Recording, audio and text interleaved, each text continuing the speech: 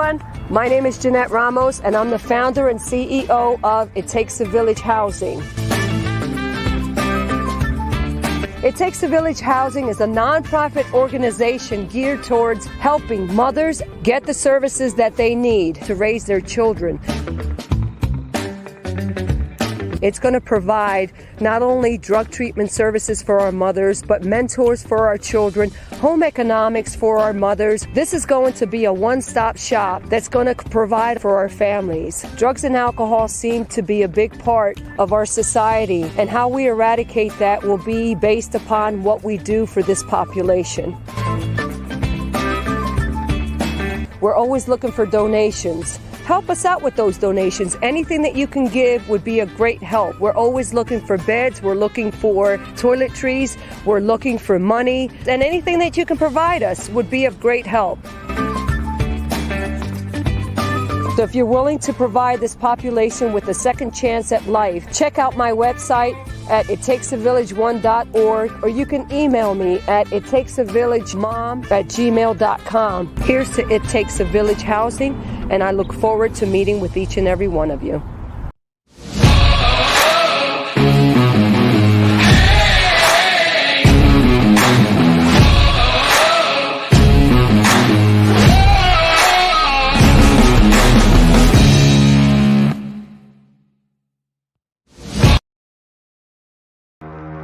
You're stronger now than you ever been. You gotta leave now, it's time to catch the wind. You will climb up high and look through the clouds. And when you're feeling low, I know you'll bounce back. Oh, and just remember, I will be there for you, baby. Remember, there's nothing out there to get you, don't forget it. When life throws lemons, just come. Just come. Just come.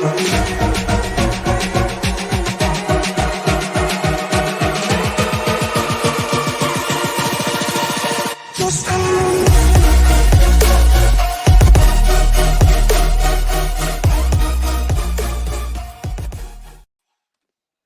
Thank you for joining me. Echo. Thank you for joining me. Your host is Dominique Rivera, the Oracle of Apollo, and you are watching Divine Encounters.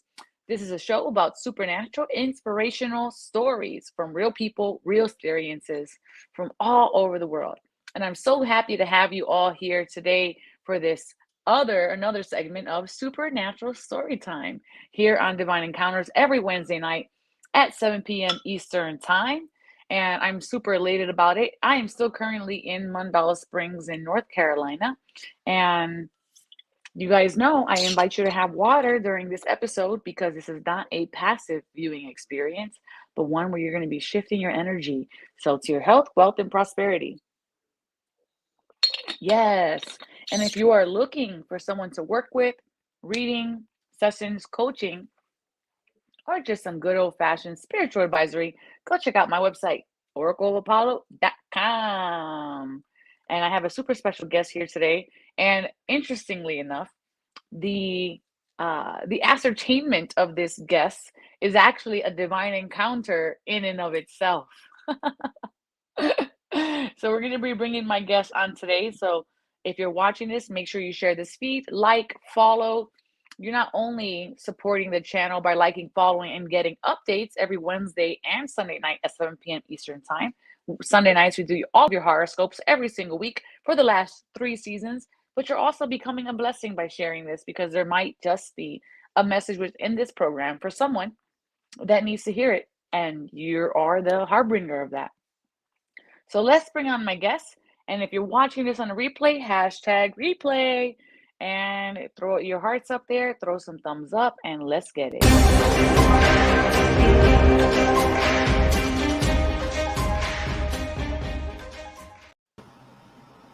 Welcome, welcome.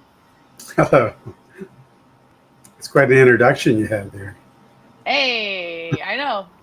This is Divine Encounters. We do have to do all the things in 1 hour or less. It should be our tagline. 1 hour lessons, or it's free. Oh, wait a minute. It is free. What can we say? How are you today, Stephen? I'm And can fine. you introduce yourself a little bit? Yes. Yeah, my name is Steve Leslie. I have a kind of a traditional background, but what happens, when you follow your path, sometimes it takes you in places you never expected to go. And so I was raised Baptist, but then I met this teacher who was amazing, and he was a Brahmin priest. And then I met his teacher, who was a Swami, a monk from the Himalayan mountains. And so my life took a very unusual turn. And I spent 19 years studying with this monk from the Himalayan mountains. It's so interesting that you say that because I know I will journey to the Himalayan mountains at some point in my life.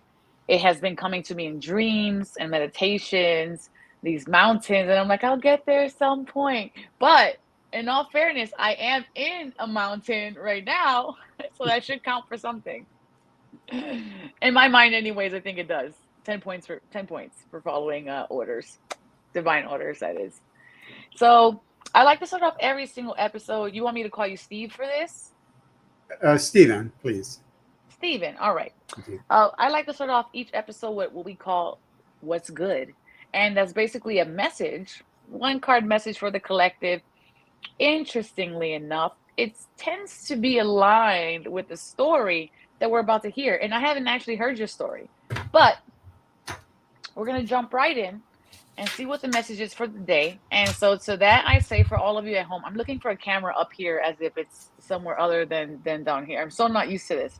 Well, anyways, what's good?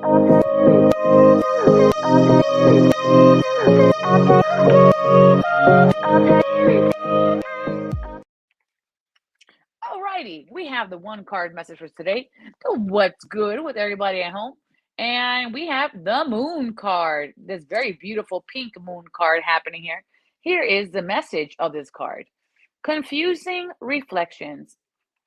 She is having trouble seeing the paths that lie ahead.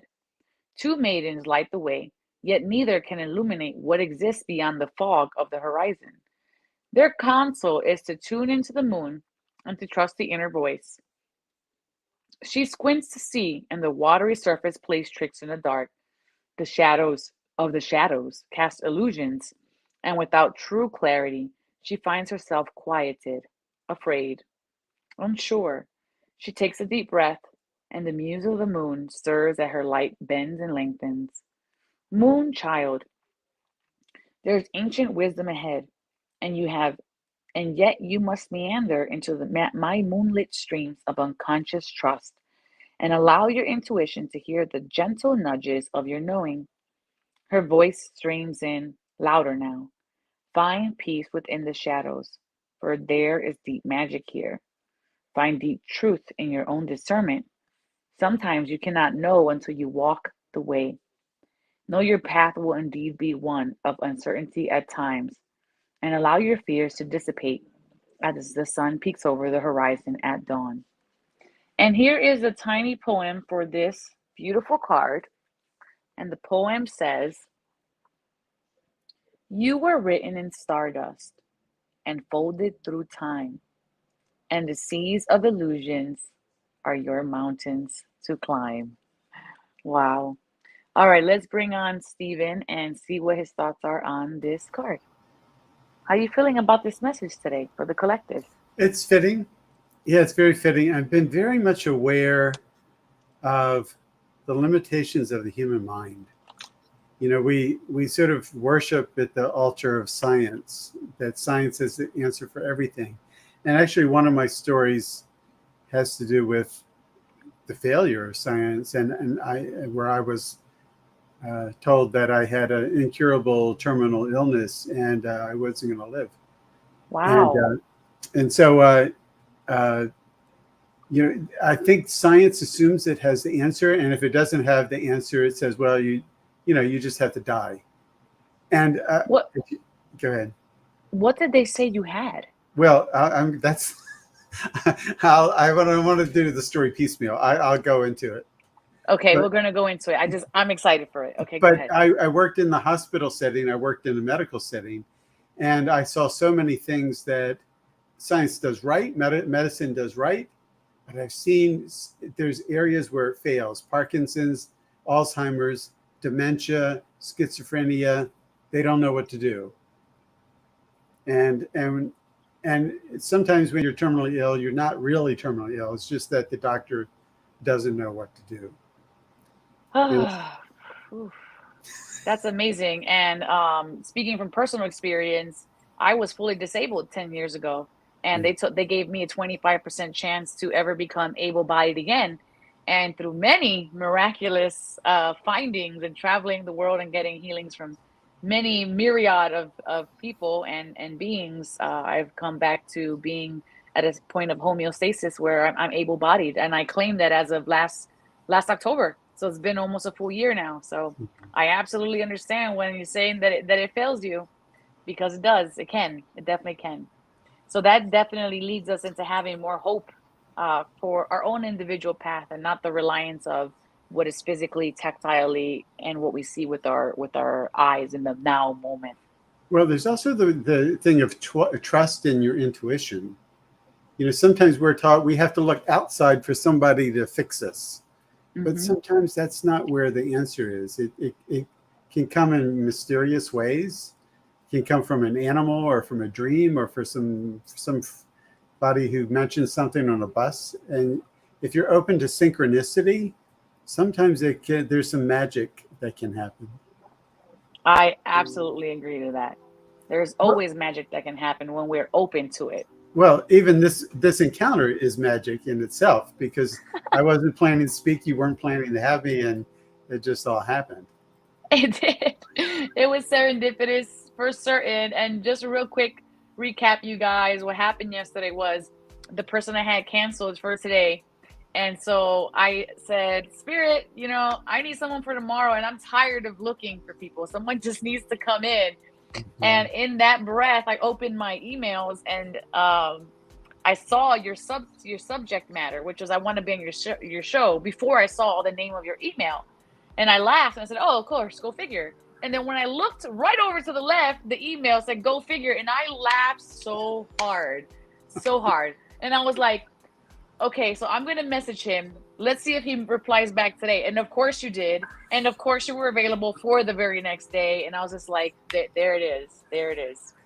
You know what? It just came to me, and this is an intuition.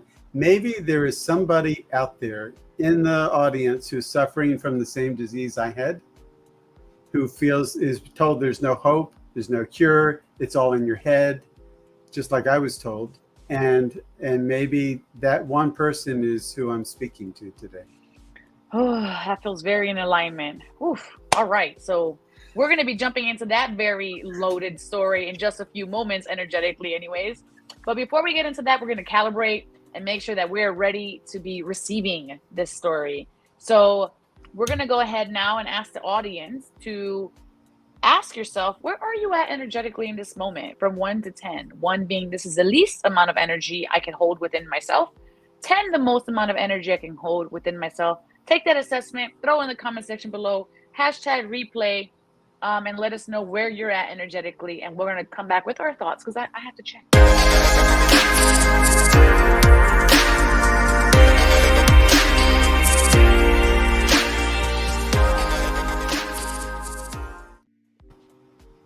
All right. So for myself, I'm for certain like a 7.5.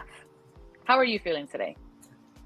Yeah, I'm about the same area, 7.5, 8, somewhere in that range. Yeah. All right. And Jeremy, shout out to you. You're at an 8. All right. So what we're going to do now is we're going to click the bell. We're going to put 60 seconds on the clock, and we're just going to breathe for 60 seconds with the intention of the moon energy card that we had today. So once you hear the bell, eyes are closed for everybody, including you, Stephen, and let's do it.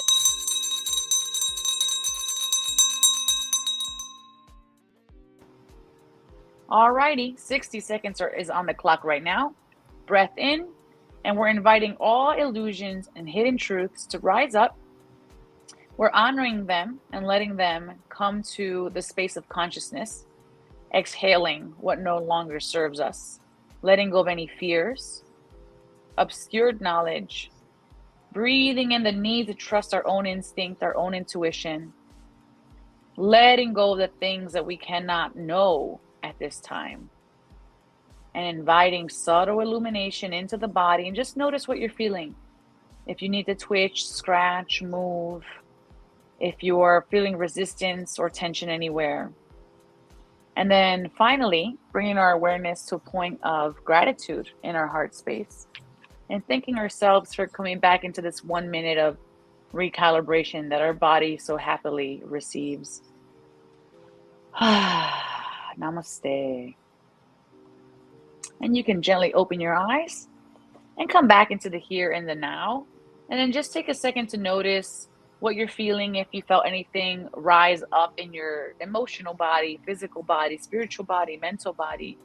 Did you feel any tingling, pressure, movement, tension? Did you burp, cough, any kind of release, hot or cold changes? And let us know in that comment section below.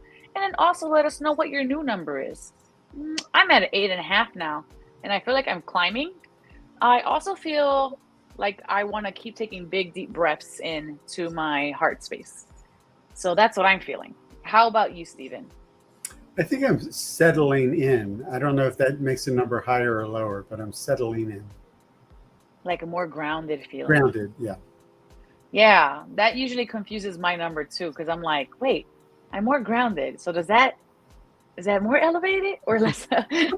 But grounded is great. Beautiful. All right. And how about you at home? Jeremy, you were at an 8. And Jeremy is feeling more peaceful now. Wonderful. Thank you for participating. And you are at a 7, so you're more relaxed. I understand. And the purpose that we do this right before receiving a story is so that we can, one, acknowledge where we're at. So it's like teaching ourselves to take a moment to calibrate and just ask ourselves, where am I? Because in our day-to-day, are we asking ourselves, where am I? Am I acknowledging where I truly am? And am I taking time to recalibrate? And you see with that 1 minute, how fast we can shift our whole energy in just 1 minute. Isn't that wonderful? All right, Stephen, we're going to go ahead into your supernatural story time. So get the popcorn, get the water, get the snacks. After this transition, Stephen, you're going to have the floor and you can begin your story.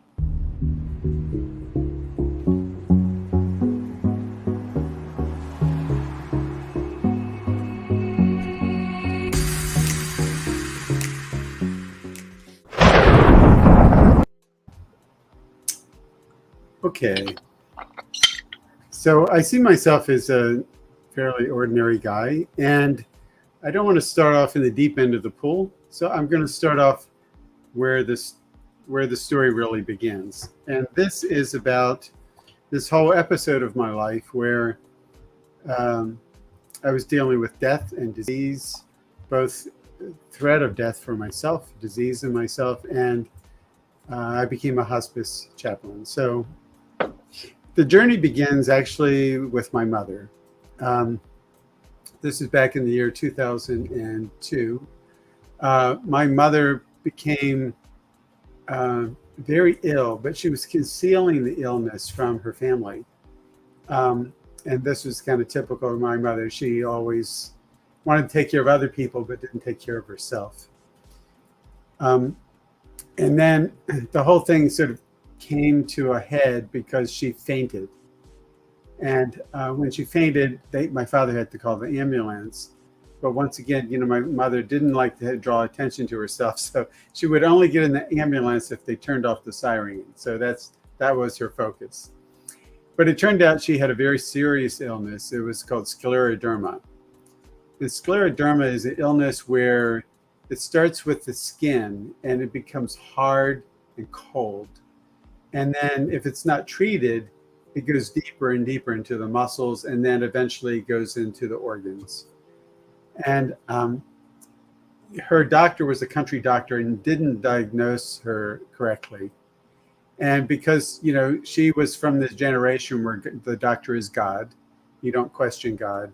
And so she never questioned the doctor. So he was giving her ointments because he thought she was having a skin problem, but it was not a skin problem. It was a major disease that she had. And so she was basically getting no treatment at all. She was getting worse and worse. And then when she collapsed, they took her in the hospital and they discovered that her fingers and toes had turned black because of lack of circulation. Wow. She was wearing socks and gloves all the time. She would never take them off, and we never could understand why. She was concealing the disease, and she was able to pull out at first, and then she got sick again and went back in intensive care. And unfortunately, she picked my father to be her healthcare proxy, and he was desperately afraid that she was going to die. She was terminally ill. And so he ordered every piece of equipment known to man to keep her alive. So there was a machine that was pumping her heart, a machine that was forcing air into her lungs, the machine that was force feeding her, and her urine and bowel movements were all taken care of mechanically. So she had zero quality of life, and she couldn't talk because she had no control of her breath. So I remember going there with my whole family, my brothers and sisters and my dad, and I was standing there looking at my mother, and I was thinking, this doesn't feel right. This just does not feel right. So when I got home, I called my sister, Sandy, who I'm the closest to, and I said, this feels wrong. I feel like we're doing something wrong to Mom because there's no quality of life. She's just hanging on for dear life, and there's no hope. And I was thinking out loud with Sandy, and I'm wondering if she's afraid to leave because she feels that we can't live without her. The conversation ended, and I went to bed. That Sandy got all riled up because of the conversation. So she drove for 45 minutes to Johns Hopkins Hospital in Baltimore. She sat by her bedside, our mother's bedside, and she said to her, Mom, Steve and I have talked, and we want you to know that it's okay to go. Now, my mother couldn't talk, but she could cry. And she just sat there and cried and cried. And I didn't know, any of this was going on. So I had been trained by a yogi to meditate every day, and I'm very punctual with it. So 5:30 in the morning, I sat up and I was meditating, and this very vivid image came into my mind. And my mother was standing there, and she looked about 10 years younger, and she was smiling. And I thought I was just, it was just a distracting thought. So I tried to force it away, and it took some effort. I just kind of damped it down and went back to my meditation. And then the phone rang, and I picked it up, and my father said, your mother has passed. Mm-hmm. And that was the moment when I saw that image, that was the moment she had passed. And so that's the first story. So she came to visit you, and this is something I've heard often when our loved ones leave their bodies, that they suddenly just appear in that exact moment. And as a medium myself, they make their rounds, and we get to have this miraculous, beautiful experience that science cannot quantify. Well, I did some research on it, and I found out that it's fairly common for people who appear after they've just died to not be able to speak. So the not speaking part made sense, and the looking younger made sense. And the smile was just her way of saying thank you, because we let her go, and that allowed her to release and end the suffering that she was in. You gave her permission to have peace. Yeah. And if you're a person that's always giving, then sometimes you just need permission. Yeah.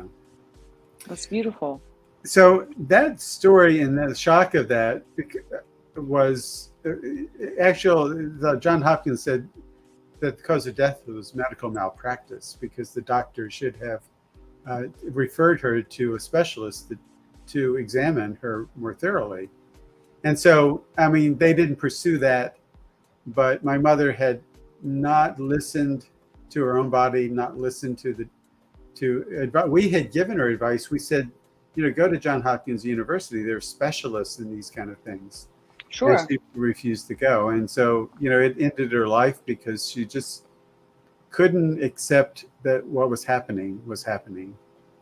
Anyhow, so because of the death of my mother, I was my career was as a realtor. I was making good money.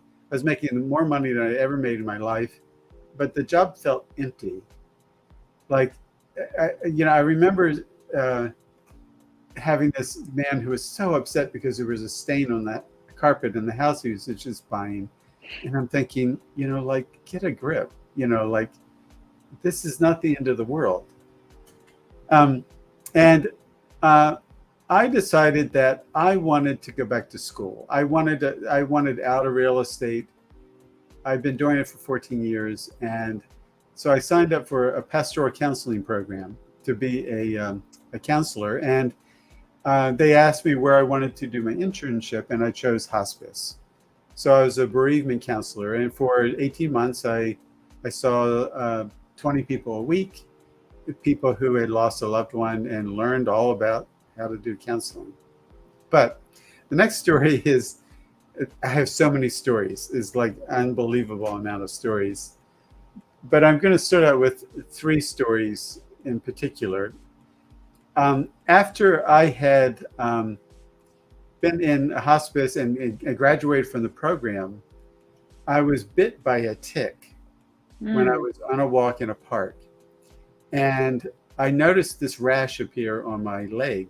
And I went to a doctor, and he said, "Oh, you have Lyme disease." So he gave me a small amount of antibiotics, and he sent me home, and everything was fine. And after I stopped taking the antibiotics, I collapsed at work. I was now doing regular counseling. I was in a counseling session, and I just collapsed on the floor. And I went back to the doctor, and he gave me more antibiotics. And for a while, I was okay. And as soon as the antibiotics stopped, I was really sick again. I had joint pain, fatigue, just exhaustion, brain fog, so I couldn't think clearly. I wound up losing my job as a counselor because I was making so many mistakes. I couldn't do math anymore. I was cognitively impaired. And I started to get scared because I began losing the ability to speak. It was affecting my speech center. And I had gone through, I gave up on the doctor. He wasn't doing anything. All I could do was do a Band-Aid to get me through 6 weeks, and then I would be sick again. So I tried homeopathy, acupuncture, Reiki, hyperbaric oxygen, and I just started running out of things to do. And I had no health insurance, and I was alone and desperate. And I remembered, my training as a yogi, as an esoteric yogi, and I thought, okay, I have no other options here. The doctor, by the way, had said, "I can't treat you anymore. There's nothing more I can do. You should look into getting a nursing home and line up a nursing home." I was 54 years old. And I wound up getting pissed. And that was actually good because I decided, the doctor doesn't know what he's doing. He keeps giving me the same useless drug. And I'm going to find a way to heal myself. My kids were freaking out.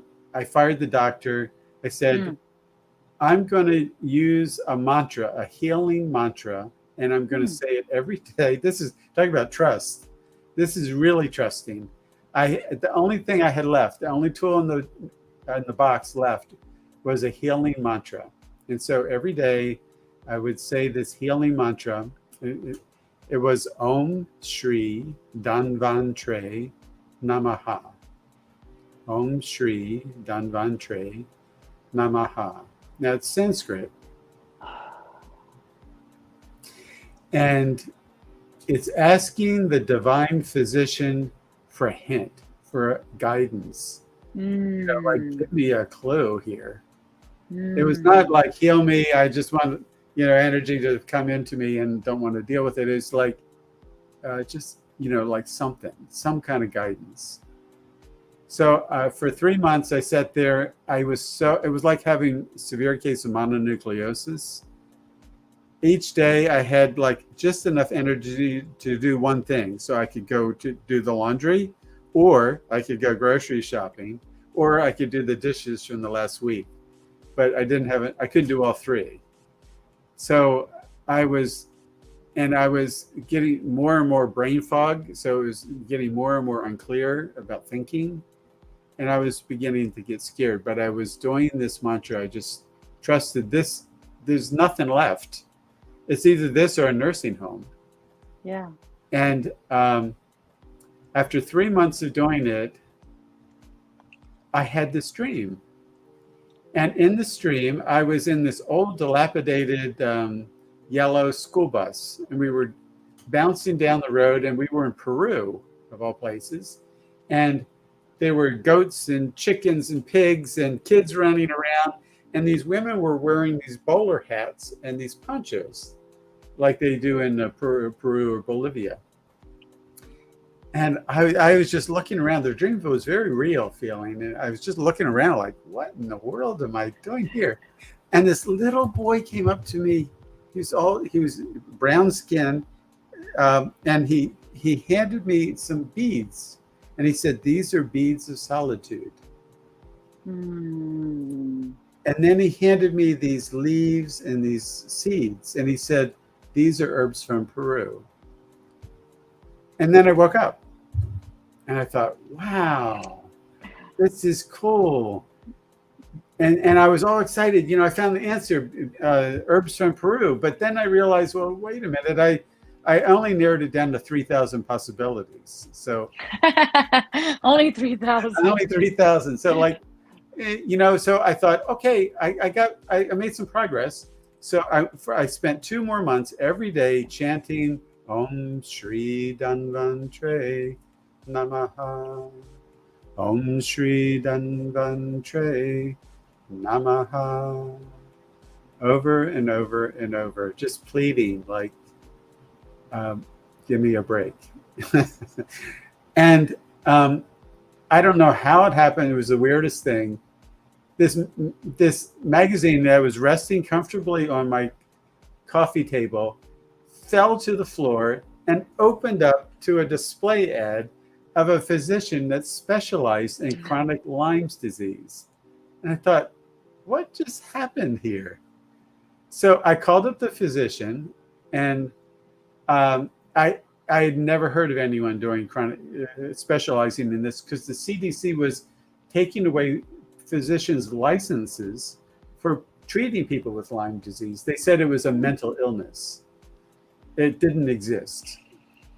In New York State at that time, there were estimated to be 1 million people that had chronic Lyme's disease, and the CDC would not allow anyone to treat them.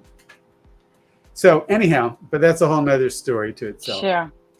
So I called the doctor. I made an appointment. He wouldn't accept insurance. I didn't have insurance. He wanted $325 cash to see him the first time. I paid it. What choice did I have? And are you okay? Yeah. And I went into his office, and he said, yes, you have chronic Lyme's disease. That's the first time anyone had ever said chronic Lyme's disease to me. He said, your sense of balance is off. You're unstable on your feet. And he said, I want to put you on a very strict diet, only meat and vegetables, no pasta, no sugar, no alcohol, no chocolate, no ice cream, no desserts. I said, okay.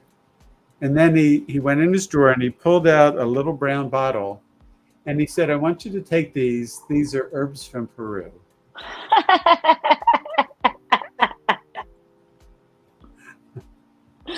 Oh my God. it's funny because sometimes we think that we're supposed to go somewhere, right? Oh, Peru. Maybe I'm supposed to go to Peru, but you already dug the tunnel. The hole is open. You just have to be patient for that to come to you. Wow. Wow. This story is hitting me hard. Go ahead. Um, Sometimes I always wanted to go to the Himalayas also, and the Himalayas came to me, but that's a whole nother story to itself. Maybe the Himalayas are also coming to you too. Oh, I feel that. Yeah. I feel that. So I'm connected with this lineage. I'm just an ordinary guy, but there's this plug-in I have, and that's just, it doesn't make me special. It just means there's a channel that's open to these sages and saints that live in these cave monasteries in the mountains. Even though it's an invisible connection, it's a connection. This herbs that you got, is this, I mean, you look well. Yeah, I'm well.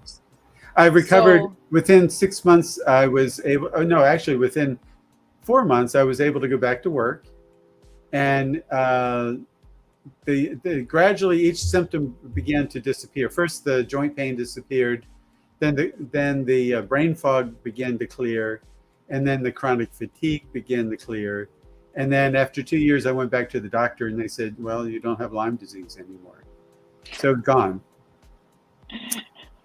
Anyhow, it turned out later on, other people discovered this treatment. It's called the Cowden protocol, but that's a whole nother thing. And I often tell people how to find out more about it if they write me. I can, anyone that has Lyme disease that's struggling can write me, and I'll tell them how to find, this protocol and how it works, because it's very helpful. And for a lot of Lyme disease patients, there's no hope. The system is not set up to help people with chronic Lyme. I know one person who actually is here in Mandala Springs that has Lyme disease. Yeah. And we were just speaking on this, and here you are, with this. And I was telling her my story and how I had many similar things, and it mimicked Lyme disease, but I didn't have Lyme disease. And I'm definitely going to connect her to you for sure, because I know you're speaking to Brooke. If you're nearby, this episode is specifically for you. No, there are literally millions of Americans that are suffering from chronic Lyme disease that can't get treatment. They go from doctor to doctor to doctor, and they can't get treatment. None of it works. They wind up, one guy I know, he was on intravenous antibiotics for 7 years. It made him mentally ill because it wrecked his health, being on antibiotics for that long intravenously. So anyhow, I'm not a doctor, but I can tell you my experience. Thank you so much for sharing that. I feel like that is definitely worthwhile of sharing this type of medicine in this way. And I really appreciate you coming on here to share one story. I feel like we're going to have definitely bring you back on a different time to share some more stories. They get bigger and bigger as the story goes along. But do I have time for more? We have about 3 minutes. Do you have a 3-minute story? Shoot, I don't have it. Oh yes. I'll try to make it a 3-minute story.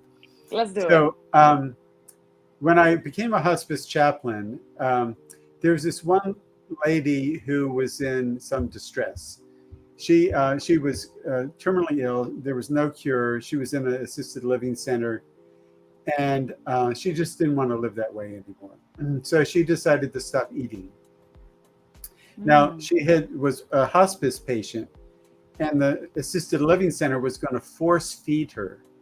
And we went down to talk to the staff and said, look, she has the right to refuse food. You can't force feed her. I know it's, in New York at the time, you can't, there's no such thing as being able to take your own life. So she chose this method. So we went down to talk to them. The nurse went with the nurse, the social worker went with the social worker, and I sat with the patient. And I thought, okay, well, I'll sit with her. She had talked for over a month, and she was silent. And I had, in the course of all my meditation, this spontaneous ability to heal other people had arisen. I kept it secret, didn't talk about it. But I thought, I'm studying with her, and I thought, the one thing I can do is I could flood her body with healing energy and just make her feel relaxed and at peace. I can't heal the illness, but I could make her feel better. So I just sit there just flooding her body with this beautiful energy I was channeling in. And I sit there for about 30 minutes or so. And the social worker and the nurse came back and he said, "What are you still doing here?" And I didn't say anything. And this lady, Helen, wouldn't let go of my hand.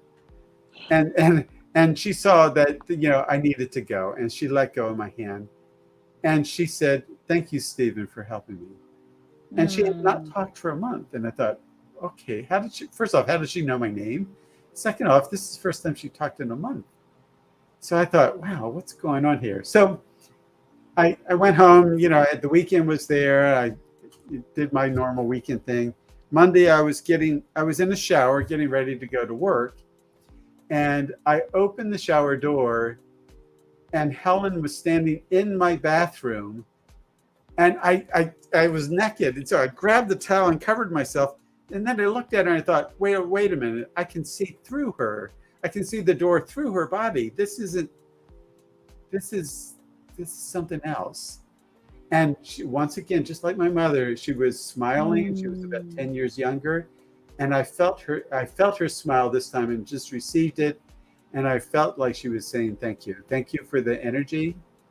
Thank you for helping me, be free of my body. And so I went to work, and I walked into the receptionist area, and I went up to her and I said, "What time did Helen die?" And her mouth fell up, and she said, "We just got the call 3 minutes ago. How did you know that she died?" And I just I just put my shoulders up. I don't know, and just forgot about it. But that was the beginning of this tremendously long journey of dealing with death and illness that I spent 8 years on. Wow.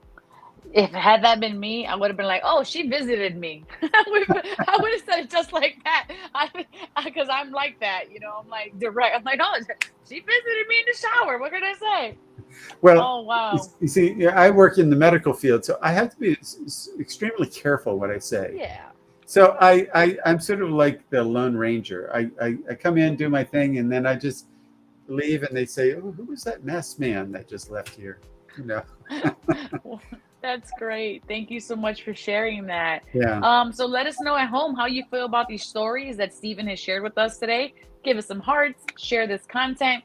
We do a supernatural story time every single Wednesday. And of course, if you have a supernatural story time, I want to know about it. Hit me up at divineencounters@e360tv.com. Stephen, if there's anybody out there who wants to work with you and resonates with your message, where can they get a hold of you, please? Okay. First off, I help people, but I don't charge anything. I know that's quite a concept to handle, but it works, and I'll explain it sometime. But you can write me at vastandvivid@gmail.com. We'll have a dialogue, and I teach meditation. I don't charge. I talk to people by email. I don't charge. And if I can help anyone get through the Lyme disease maze, I'm quite willing to do that. Your YouTube. Yeah, I think that's the right. I've never searched for it that way. But if you type in my name or Vast and Vivid, I think, or just email me, and I can give specific links to specific messages. I have a whole series of guided meditations, and I do an interview series called Rising Stars of Spirituality, where I interview people who are up and coming in the world of spirituality and do interviews with them, and it's very, very interesting. Well, thank you for your service and bringing that light in. And I know there are many people who could benefit from that. Jeremy says, thank you. You're welcome. And that he does the same, no charge. I hear that. Yeah. All right. So we're going to segue into our next segment with you. And this is the question of the day.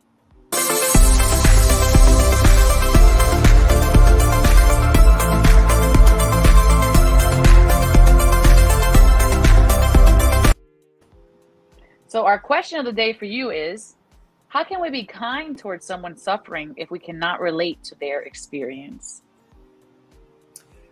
Well, I learned that the kindest thing I can do to someone is listen. Listen with no agenda, with no thought about myself, with no advice giving, just plain listen and see them as you in another body, and not, just take it in. Don't try to tell them what to do, how to do it, or anything. Just listen. Wow, that's perfect guidance. Hold space. That's amazing. It's funny because I've gotten so used to holding space that I forget that sometimes I'm supposed to like reply, because when someone's sharing with me, I'm just like, I'm taking it in. I'm like, wait, am I supposed to say something? But yeah, holding space is imperative, definitely. Thank you for that. All right, so we're gonna jump into the midweek collective energy check-in, Stephen. I'm gonna put you in the back in the green room. You can have some coconut water. I think a masseuse might be coming right through that door. If I don't know. And we'll bring you back on for your final thoughts on the message for the collective. All right, everyone, we're gonna be jumping into that midweek collective energy check-in. We're gonna do a reading just for you right now. Usually this reading is kind of in alignment with whatever the story is today. So let's see what the cards have for us right after this very brief sponsorship commercial.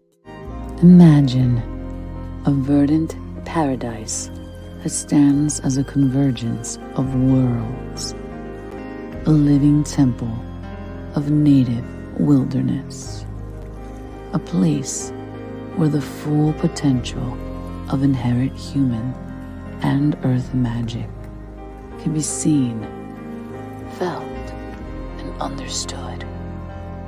A space that attracts the brightest and best of educators on the leading edge. A place of permaculture designed for the benefit of future generations.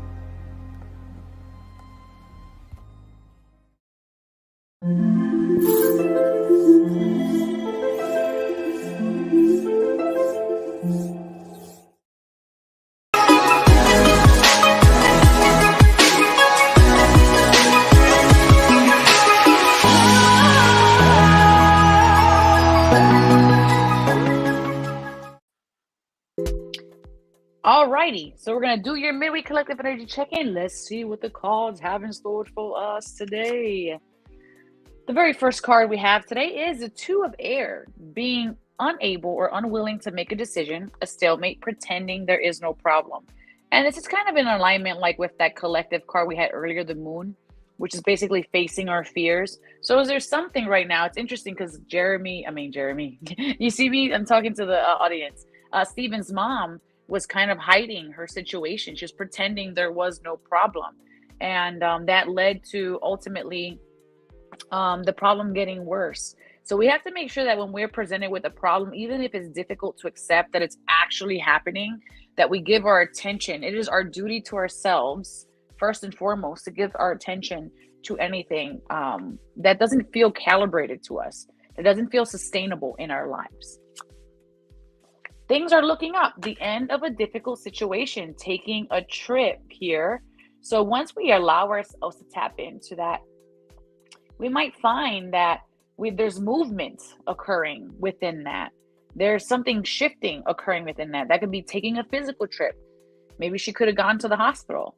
Maybe for you at home, this is about going to somewhere that's more connected to nature. Or there's momentum building up around you and leading you toward something, all right? Taking a trip for me was taking a trip here. A happy outcome. So if we follow that intuition, maybe we go to the Appalachian Mountains, maybe we go to the Himalayan Mountains. A happy outcome is happening here. Brilliant new ideas that lead to success. Have confidence in yourself. This is the Sun card, the happiest, most energetic, life-giving card in the entire deck. This is a card of success. So we do have 2 cards here about success, things looking up, and this actual happy outcome. So allowing ourselves to go through the discomfort allows us to reframe and then take positive action steps towards what we want to, basically towards what we want, towards our goal, our end game, so to speak. Unity, traditional viewpoints or methods, spiritual organizations, seek out mentors and like-minded friends. So if you're in a space where you just can't figure it out yourself, here this is. Find someone. It can be a group. It can be a Facebook group. It can be Stephen right here. Find someone who's already walking that walk, who's already cut the leaves down in that path, and who's currently walking that path.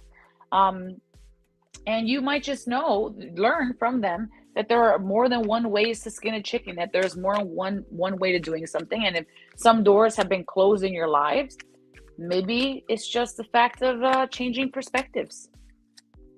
Kindness counts. This is in relating to that question that we had today. Kindness counts. Kind towards yourself, okay? Sometimes we can shame ourselves. We can justify why bad things are happening to us. We can say, well, I deserve this. But ultimately, if you're kind to yourself and loving towards yourself, you'll take proactive steps in keeping yourself where you need to be. This is the second reminder of possessing self-confidence here. Possessing self-confidence is allowing yourself to step out of the discomfort and practice something maybe that you've never practiced. Maybe practicing receiving once in a while. Maybe practicing risk-taking. Maybe practicing walking through fear. But that's not going to happen, and you're not going to get good at it unless you try. And that's where the confidence comes in. Like attracts like.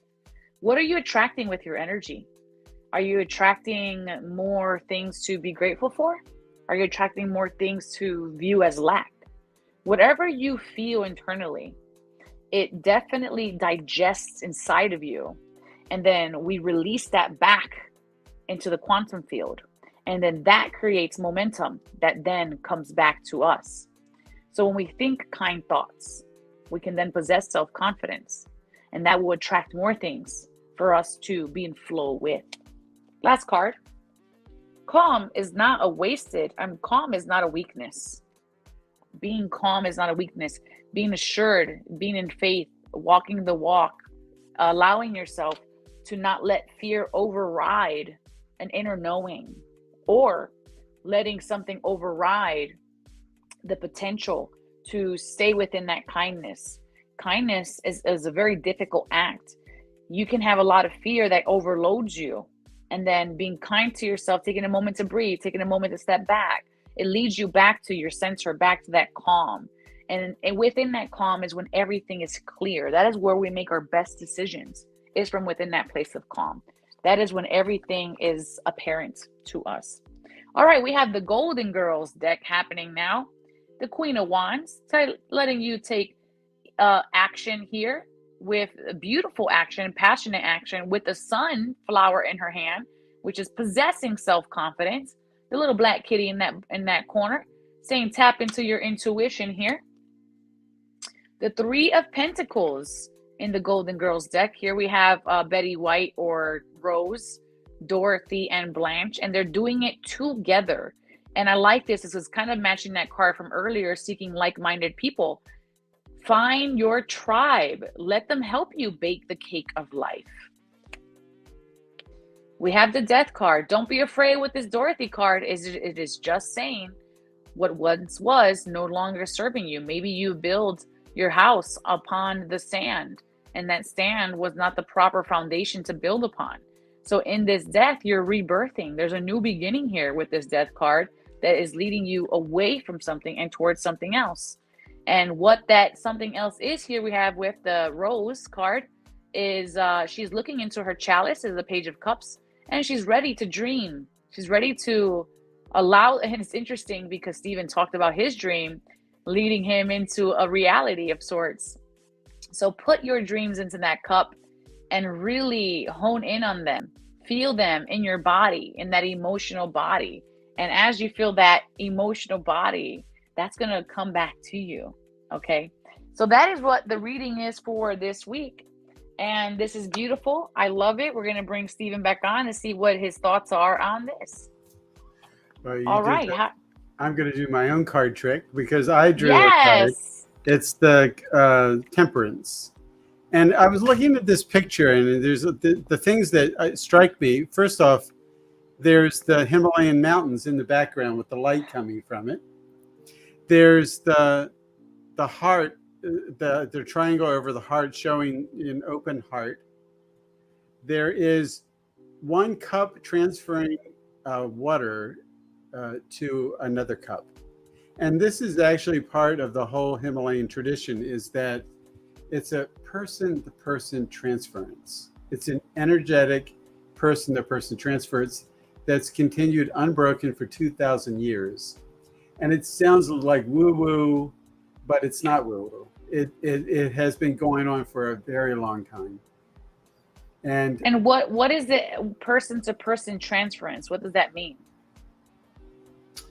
It's a state of consciousness. Mm. And it's hard to describe, but it's a state of consciousness that's transferred from one person to another. And it's part of this tradition. I experienced it myself. I have so many stories. I stayed with the simple stories, but there's lots and lots of stories that are much bigger and a lot more sort of magical, I guess, put it that way. Listen, if you guys are watching this at home, hashtag part 2 Stephen, so that we can bring him back on again this season. It was a delight having you, and I enjoyed receiving your stories. Thank you so much for sharing your energy with us and your thoughts. And I greatly appreciate the work that you're doing for the collective.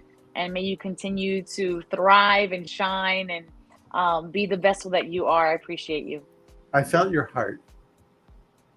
Oh, thank you. Yeah, and I think we both went through some hard times, and I feel that. Yes. Thank you for mirroring that for me, because I felt it in your story too. I was just like, he's talking to someone who knows what those feelings feel like. So thank you. Coming to the edge where they said I had no hope, it was a scary place to be. Absolutely. And I can't say I can only imagine, because I know, but I know there's people out there who are in that space. So let's wrap up this show with my final thoughts on what I learned about this story time. And of course, we're going to do that con mucho amor. Do you or someone you know experience something supernatural that has left a positive impact on yourself or the lives of others? Want to share your story on our show? Please email Divine Encounters at e360tv.com, and together, let's create divine experiences. And now, the Oracle's final thoughts con mucho amor. So what did I learn from this story? Wow, so many things. So I feel like the biggest thing is the container of hope. You know, in the Greek mythology, Pandora opens this box that she was basically tricked into opening, and releases all the malevolent things in the world. But what was not accounted for, what was left in the bottom of the chest. And in the bottom of the chest was hope. It wasn't tactile, it wasn't quantifiable, but it was there. And at times when we're digging through the darkness, the smallest little seed can be found at the bottom of the chest. And as long as we can plant that seed of hope, it starts to expand. And in that expansion, we gain faith. And in that faith, we gain momentum. And in that momentum, we gain action. And so coming from two people who were, one being fully disabled and another at the brink of death, isn't hope worth the chance, the risk? I hope you feel it, because I know I definitely do. May you go forward and create your own divine experiences, but above all else, go in love, light, and wisdom. So know thyself, love thyself, and remember the divine always has your back. Ciao.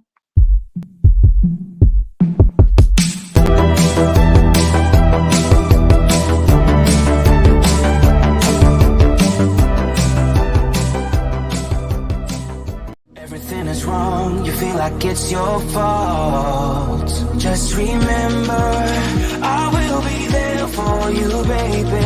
Remember, there's nothing out there to get you. Don't forget it. When life is the most, just hold on. Just hold on.